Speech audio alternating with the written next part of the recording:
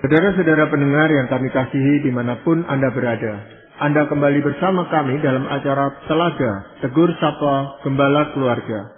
Saya Gunawan Santoso dari Lembaga Bina Keluarga Kristen akan berbincang-bincang dengan Bapak Pendeta Dr. Paul Gunadi. Beliau adalah seorang pakar dalam bidang konseling. Perbincangan kami kali ini merupakan kelanjutan dari perbincangan terdahulu, yaitu tentang tugas dalam berpacaran. Jadi ini merupakan bagian yang kedua. Kami percaya acara ini pasti bermanfaat bagi kita sekalian dan dari studio kami mengucapkan selamat mengikuti. Pak Paul, sejak kesempatan yang lalu kita membicarakan tentang tugas dalam berpacaran. Nah, kita masih akan melanjutkan perbincangan ini, namun supaya para pendengar kita bisa mempunyai gambaran apa yang pernah kita bicarakan pada kesempatan yang lampau, mungkin Pak Paul bisa secara cepat mengulas kembali. Jadi apa yang menjadi latar atau alasan kenapa kok kita mengangkat masalah ini adalah ya karena kita melihat makin banyak aja masalah dalam pernikahan dan tidak jarang berakhir dengan perceraian yang menimpa kalangan kaula muda, pasangan-pasangan muda. Kalau di masa lampau yang mengalami misalnya konflik dan akhirnya perceraian adalah orang-orang yang berusia parubaya, tapi sekarang ini kok rasanya makin banyak aja yang masih muda ya, yang akhirnya juga bercerai. Nah, jadi akhirnya kita simpulkan bahwa duduk masalahnya adalah kurangnya persiapan dalam masa berpacaran. Nah, jadi kita mau bahas hal-hal apakah yang mesti dilakukan, difokuskan di dalam masa berpacaran. Pada kesempatan yang lampau kita telah fokuskan pada satu aspek, yaitu bahwa di awal atau pada masa kita baru berkenalan dengan pasangan, kita sebetulnya melewati sebuah fase ketertarikan. Ya, kita tertarik dengan penampilan fisik, kita tertarik dengan hal-hal yang bersifat emosional, orang itu membuat kita merasa nyaman, kita senang, kita kok gembira dekat dia. Nah, hal-hal itu tuh biasanya yang kita nanti gunakan untuk melanjutkan relasi ini ke tahapan berikutnya. Tapi kita juga udah tekankan ya, jangan gara-gara ada rasa nyaman, ada rasa suka dengan penampilan fisiknya, kita memutuskan untuk langsung menikah dengan dia. Itu keliru besar. Kita harus membiarkan relasi kita ini berkembang secara alamiah melewati proses yang lebih panjang. Nah, tahapan berikutnya yang akan kita bahas adalah sekarang ini tahap kecocokan, dan ini memang agak panjang. Iya, masalah kecocokan ini kadang-kadang dicocok-cocokkan gitu Pak Paul. Kalau memang orang sudah senang di dalam masa berpacaran itu ya agak buta gitu ya. Sehingga yang mestinya tidak cocok itu dicocok-cocokkan gitu. Ini bagaimana Pak Paul? Nah, ini memang sering terjadi Pak Gunawan. Jadi karena udah kadung tertarik secara fisik, udah kadung tertarik secara emosional, udahlah anggap gampang lah. Kalau ada perbedaan nggak apa-apa lah, nanti bisa dicocok-cocokkan lah. Yang penting ya dua-duanya udah saling mencintai. Nah, ini keliru ya. Jadi kita nggak boleh memaksa-maksakan, mencocok-cocokkan sebelum memang relasi ini sendiri mencapai titik kita benar-benar mengalami kecocokan. Maka ya saya mau angkat ada dua hal penting yang mesti kita ketahui tentang fase kecocokan ini Pak Gunawan. Pertama adalah kita hanya dapat masuk dan melewati fase kecocokan setelah kita melalui fase sebelumnya, yaitu ketertarikan. Dalam pengertian perasaan kuat yang kita rasakan terhadap penampilan fisiknya dan perasaan nyaman berada di dekatnya mestilah lebih stabil dan tidak lagi meluap-luap. Dengan kata lain ya, apabila kita masih berada di fase ketertarikan, kita mengagumi penampilan fisiknya, merasakan kenyamanan bersama dengannya secara menggebu-gebu. Nah, kita tidak dapat masuk ke fase kecocokan. Alasannya adalah karena kita belum dapat melihat pasangan secara objektif, utuh, dan jernih. Seluruh perhatian kita masih tersedot ke arah penampilan fisiknya dan mata hati kita masih terfokus pada rasa nyaman yang kita alami bersamanya. Nah, sedangkan syarat untuk dapat masuk ke fase kecocokan adalah kita mesti bisa melihat pasangan secara utuh, objektif, dan jernih. Nah, itu sebab pentingnya bagi kita menjaga batas fisik selama berpacaran. Bila kita terlibat secara fisik dengan pasangan, maka tidak bisa tidak hal ini akan menghambat kita masuk ke tahap kecocokan. Akhirnya kita gagal menyelesaikan tugas berpacaran. Walaupun kita telah berpacaran selama bertahun-tahun, sebenarnya kita tetap masih berada di tahap ketertarikan. Nah, tidak heran masalah muncul setelah pernikahan. Kita beranggap kita siap menikah karena sudah berpacaran selama waktu yang lama, padahal waktu yang lama tidak menjamin kita sudah melewati fase ketertarikan. Apalagi bila kita telah terlibat secara fisik dengan pasangan. Jadi ya, jagalah batas fisik dan peliharalah kekudusan, sebab kekudusan akan membuka jalan bagi kita masuk ke tahap kecocokan. Ya, yang Pak Paul maksudkan dengan melihat pasangan secara utuh, objektif dan jernih itu gimana Pak Paul? Begini Pak Gunawan, pada masa ketertarikan tuh kita harus mengakui kita nggak bisa melihat pasangan secara utuh, secara objektif dan secara jernih. Sebab yang bermain adalah memang ya ketertarikan jasmania dan ketertarikan emosional. Kita nggak bisa tuh masuk ke tahap kecocokan kalau masih dikuasai oleh ketertarikan yang kuat itu. Maka saya selalu tadi ya berkata, berilah waktu. Sebab dengan kita memberi waktu, perasaan tertarik yang menggebu-gebu itu tuh akan nanti mulai mereda. Nah, waktu udah mulai mereda, baru kita bisa melihat kekurangannya dialah, sifat dialah yang kita kurang suka. Kita nggak suka dengan cara hidup yang begini atau begitu. Nah, berarti kita mulai melihat dia secara utuh, objektif dan jernih. Ya, nggak lagi dikuasai oleh ketertarikan. Nah, maka tadi saya tekankan, kita hanya bisa masuk ke tahap kecocokan apabila kita telah melewati fase ketertarikan ini. Kalau masih dalam fase ketertarikan, emosi bergebu-gebu, nggak bisa lah. Kita nggak bisa melihat kita berbeda, kita mesti bereskan perbedaan kita nggak akan pusingkan hal itu. Nah, itu harus terjadi bersama-sama antara si pria dan wanita atau bisa berbeda gitu Pak Bos? Bisa berbeda Pak Gunawan, ini poin yang baik sekali. Jadi biasanya tuh ada yang sudah menyadari kita kok berbeda, kita kok nggak cocok, kita kok ada masalah di sini. Ada yang masih buta lah, pokoknya masih terlalu dibuai oleh perasaan tertarik sehingga ya menggampangkan, nggak usah pikirkan lah, nggak apa-apa lah, yang penting kita saling mencintai. Nah, justru kalau udah ada yang lebih sadar itu yang harus mengingatkan kepada pasangannya, stop, kita harus tunda, kita harus berhati-hati, jangan terburu-buru. Nah, tadi makanya saya juga tekankan hati-hati ya dalam berhubungan secara fisik. Karena begitu kita terlibat dalam hubungan fisik atau seksual, udah dah. Proses yang kita harusnya lalui dalam proses kecocokan itu, tahap kecocokan itu, kita nggak bisa lewati. Karena setiap kali ketemu hanya mikirinnya satu saja, yaitu tentang hubungan seksual. Udah dah, proses itu tuh berhenti. Nggak jalan sama sekali.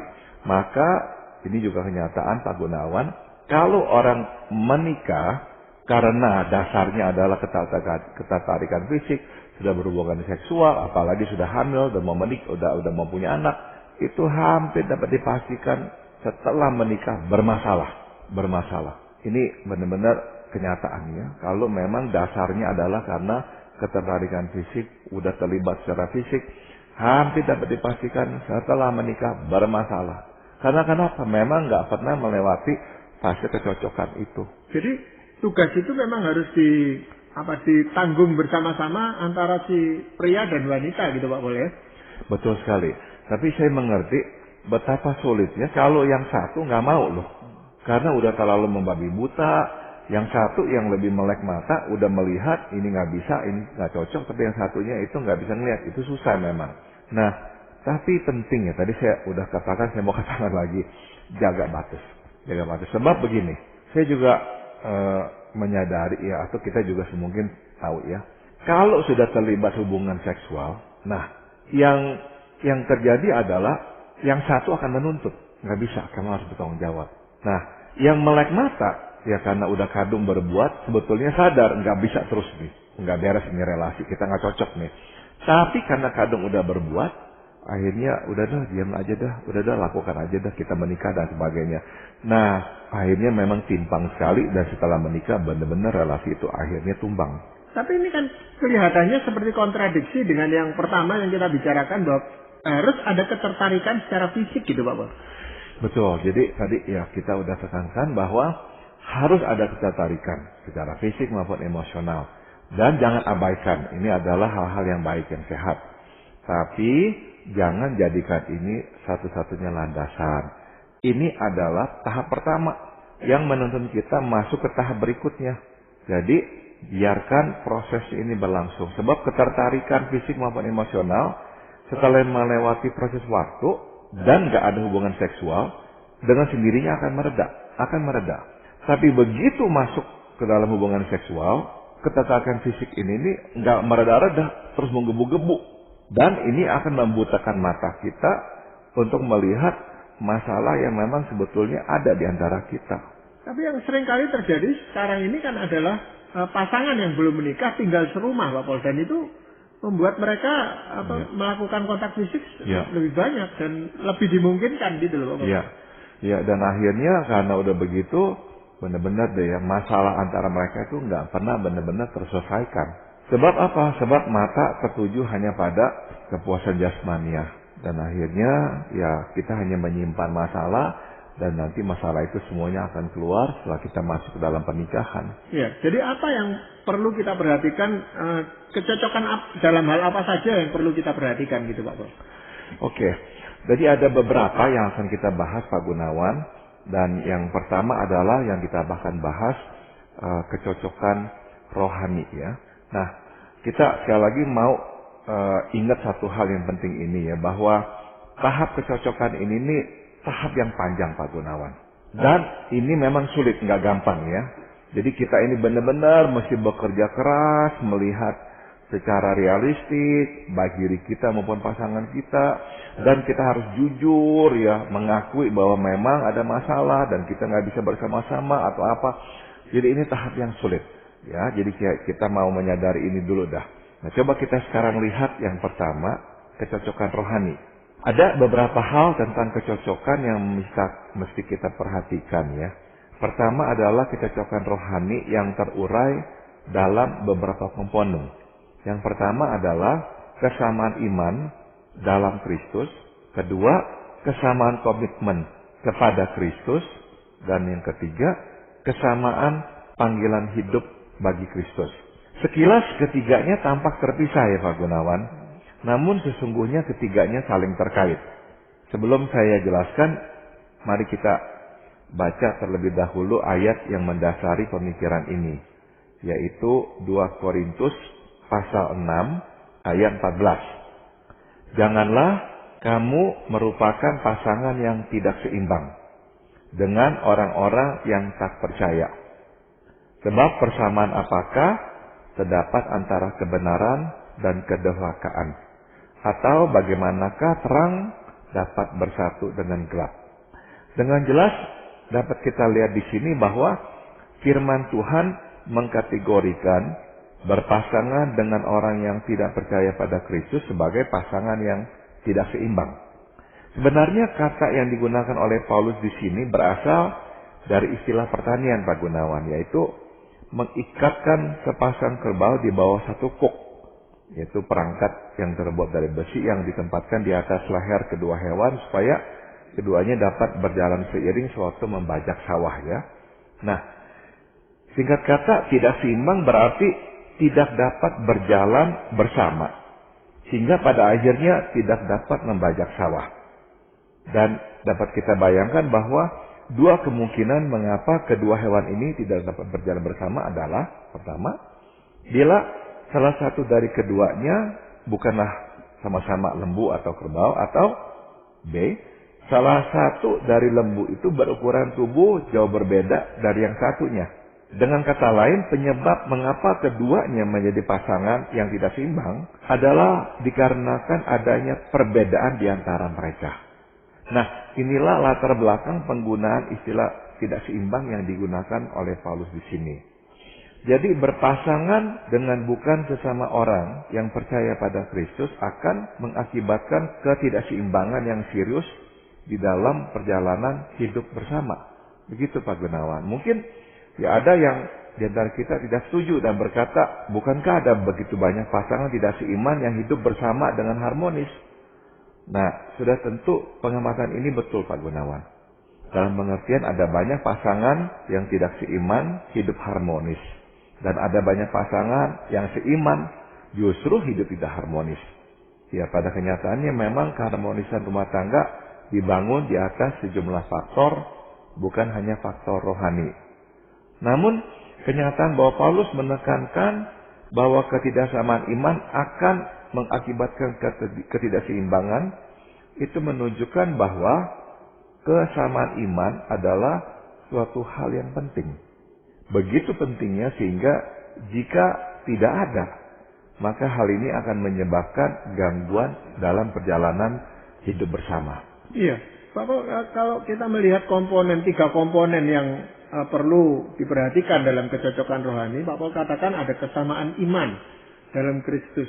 Apakah kalau dua-duanya sama-sama Kristen itu sudah cukup gitu Pak Paul? Atau iman yang seperti apa lagi itu?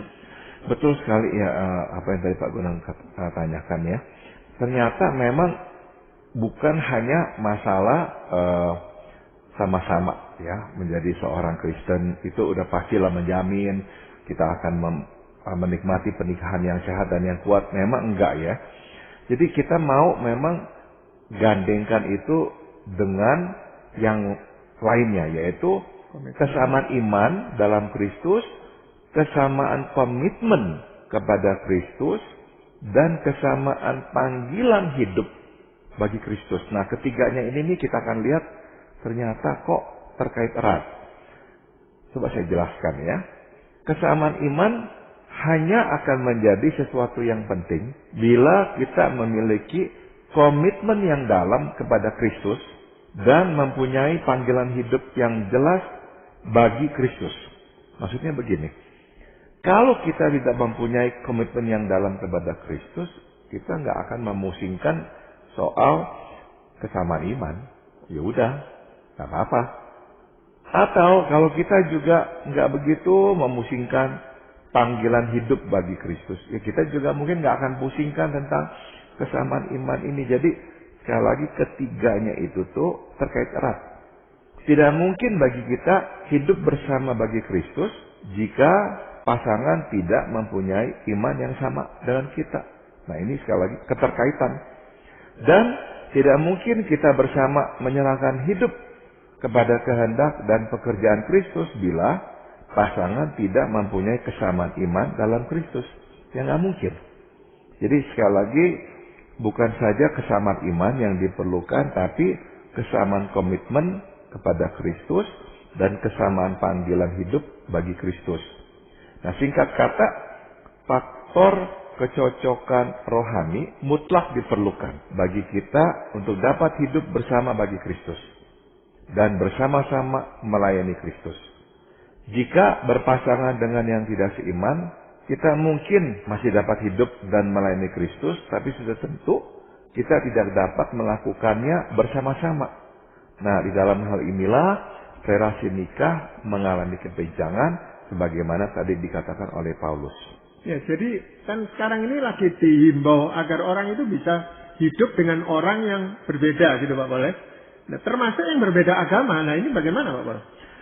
Nah, masalahnya ya sekali lagi ya, kalau kita hanya membicarakan tentang hidup harmonis, bisa ya, kita bisa hidup dengan orang yang berbeda kepercayaan dengan kita secara harmonis, bisa. Tapi kalau kita mau menyoroti hidup ini dari kacamata keyakinan kita sebagai seorang Kristen, yaitu kita hidup bagi Kristus, memenuhi panggilannya, mengikuti apa yang diajarkannya secara tuntas. Nah, sudah tentu kalau kita tidak seiman dengan pasangan kita, yang hanya bisa melakukan itu hanyalah kita. Nah, dia memang akan mempunyai komitmennya sendiri atau panggilannya sendiri. Sebagai contoh, misalkan seorang suami adalah seorang Kristen, sedangkan istrinya bukan, dan istrinya itu misalkan dia tidak punya agama. Nah, dia nggak akan berkata, oke lah, hari Minggu saya akan ke gereja bersamamu dan anak-anak. Sebab buat dia nggak ada keharusan dia harus ke gereja. Buat apa dia ke gereja? Dia nggak mempercayai itu semuanya. Jadi dia akan berkata, ya kamu aja pergi. Nah, apakah di rumah mereka tidak bisa harmonis? Oh bisa. Bisa, sebab sekali lagi tiang pernikahan nggak hanya didirikan di atas dasar kerohanian, tidak. Namun apakah mereka bisa misalnya hidup bersama bagi Kristus, memenuhi panggilan Kristus dan sebagainya? Ya nggak bisa. Jadi akan ada hal-hal yang mereka tidak bisa lakukan bersama-sama karena mereka berbeda di dalam iman kepercayaannya. Iya, dan masalah iman, masalah kepercayaan itu kan sifatnya pribadi gitu Pak Boleh. Jadi kita kan sulit itu untuk mengintervensi iman seseorang. Betul Pak Gunawan. Jadi memang kalau kita kebetulan sudah bersama dengan pasangan yang tidak seiman, ya kita memang nggak bisa memaksakan ya. Ini sama sekali nggak bisa. Ini sesuatu yang sangat pribadi dan kita juga percaya pada ya intervensi Tuhan sendiri. Jadi ya kita hanya bisa berdoa, kita meminta supaya Tuhan nantilah yang menyatakan dirinya kepada pasangan kita, supaya dia nanti juga bisa mengenal Kristus sebagai Tuhan dan Juru Selamatnya. Tapi sekali lagi ya kita hanya bisa memang berdoa, dan kedua ya hiduplah sesuai dengan yang Tuhan kehendaki supaya kita menjadi sebuah kesaksian yang baik ya bagi pasangan kita. Jangan sampai kita menjadi orang yang mengaku-ngaku saya ini adalah orang Kristen dan sebagainya, tapi tindakan kita enggak berintegritas, enggak bermoral, sering kasar dan sebagainya. Jangan pasangan kita yang mungkin misalkan tidak punya keyakinan apa-apa, tapi kok hidup dia begitu berintegritas, begitu baik. Nah, kita nggak mungkin bisa berkata kepada dia bahwa ya kamu tolong dong pertimbangkan kepercayaan saya. Dia akan berkata, ya buat apa engkau hidupnya seperti itu. Nah jadi memang ini juga sering saya lihat Pak Gunawan. Sering saya lihat, bukannya jarang. Ya ada orang-orang yang memang nggak percaya, tapi kok hidupnya begitu baik. Nah jadi memang ya susah juga untuk dia bisa percaya kepada Kristus kalau melihat kita hidupnya kok berantakan. Justru hidup kita yang lebih bermasalah. Iya, di dalam Alkitab kan seringkali tokoh-tokoh orang beriman itu juga menikah dengan orang yang tidak seiman dengan dia gitu. Walaupun Tuhan jelas-jelas melarangnya gitu Pak Boleh. Tapi bagaimana itu bisa terjadi gitu Pak? Nah memang yang kita lihat adalah Tuhan memang jelas-jelas melarang. Nah waktu mereka akhirnya tidak menaati Tuhan, pada akhirnya memang akan ada konsekuensinya. Nah kita akan mau melihat satu contoh Pak Gunawan, yaitu Raja Salomo.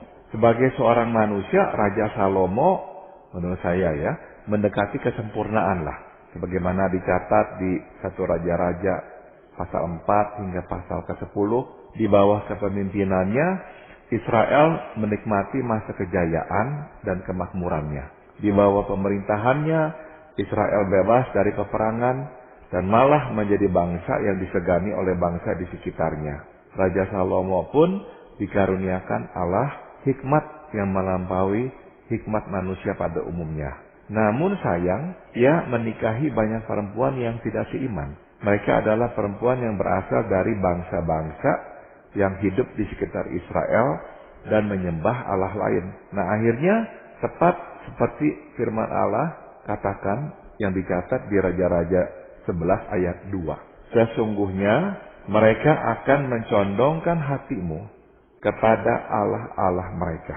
Nah, Raja Salomo, kata Alkitab, mengikuti Asyitoret, dewi orang Sidon, dan mengikuti Milkom, dewa kejijikan sembahan orang Amon. Dan ia tidak dengan sepenuh hati mengikuti Tuhan seperti Daud ayahnya. Jadi inilah akhirnya yang terjadi pada Raja Salomo. Dia tidak sepenuh hati mengikuti Tuhan. Dan ini yang memang akhirnya sering terjadi. Kalau akhirnya ya kita berpasangan dengan yang tidak seiman, itu bisa mempengaruhi kita sehingga kita tidak lagi sepenuh hati mengikuti Tuhan. Karena ya sekali lagi kita akhirnya kompromi dan juga harus ya tengah rasa dengan pasangan kita. Ya Pak, kembali ke contoh Raja Salomo ini Pak Pol ya. Kan diberitahukan bahwa memang Raja Salomo ini punya hikmat yang berasal dari Tuhan. Tapi kok sampai dia jatuh pada kesalahan yang seperti itu bagaimana Pak Pol? Karena rupanya memang dia mencintai kecantikan Pak Gunawan. Memang ya nggak semuanya itu pilihannya dia. Karena kan memang pada zaman itu upeti-upeti yang diberikan bukan hanya berbentuk barang, tapi juga kadang-kadang berbentuk perempuan. Dan yang kedua, untuk membangun aliansi ya antara bangsa atau negara. Nah, seringkali itu dilakukanlah pertukaran dalam pengertian anak perempuan si raja diberikan kepada raja yang satunya untuk dinikahi, sehingga adalah perdamaian, perjanjian damai antara dua negara ini. Memang semua itu juga terjadi, tapi nggak bisa disangkal ya, Raja Salomo sebagai seorang pria, dia memang menghargai dan menyukai keindahan atau kecantikan. Jadi besar kemungkinan, nah inilah yang membuat dia juga akhirnya menikah dengan begitu banyak perempuan-perempuan yang tidak menyembah Allah. Dan ya jelas konsekuensinya, dia makin hari makin hatinya itu tuh menjauh dari Tuhan. Tapi kan dia sebagai raja bisa memenuhi panggilan Tuhan untuk memerintah orang Israel. Betul. Jadi sebagai seorang raja, dia seorang raja yang sangat sukses. Tapi kehidupan pribadinya akhirnya, atau kehidupan rohaninya akhirnya, yaitu hatinya nggak sepenuhnya tertambat kepada Allah, tidak sepenuhnya dia akhirnya menyembah Allah. Sebab Alkitab berkata, dia akhirnya juga ikut-ikut menyembah Allah-Allah lain itu, ya karena yang mau toleransi dengan para istrinya itu. Ya, jadi memang kecocokan rohani ini merupakan sesuatu hal yang sangat penting di dalam kita membina suatu pernikahan, Bapak ya. Betul sekali ya. Jadi ya kita harus mengakuilah bahwa kalau kita berpasangan dengan yang tidak seiman, besar kemungkinan ya kita akan terbawa arus, dan akhirnya kita tidak lagi mengikuti Tuhan dengan sepenuh hati, dan perjalanan hidup bersama melayani Tuhan pun ya juga terhenti. Ya, dan kecocokan rohani bukan satu-satunya kecocokan yang harus dimiliki, Pak Boleh. Masih ada lagi hal-hal yang lain. Betul sekali Pak Gunawan, dan itu akan kita angkat dalam pertemuan kita yang berikutnya. Ya, terima kasih Pak Bol untuk perbincangan kali ini.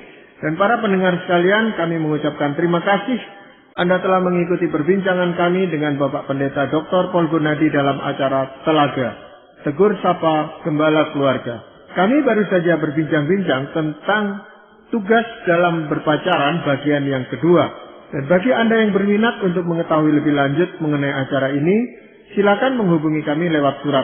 Alamat kami, surat Anda ke Lembaga Bina Keluarga Kristen atau LBKK, Jalan Cimanuk 56, Malang. Kami juga mengundang Anda mengunjungi situs kami di www.telaga.org.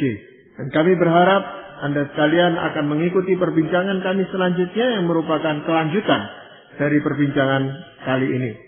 Saran-saran, pertanyaan, serta tanggapan Anda sangat kami nantikan. Akhirnya dari studio kami mengucapkan terima kasih atas perhatian Anda, dan sampai jumpa pada acara Telaga yang akan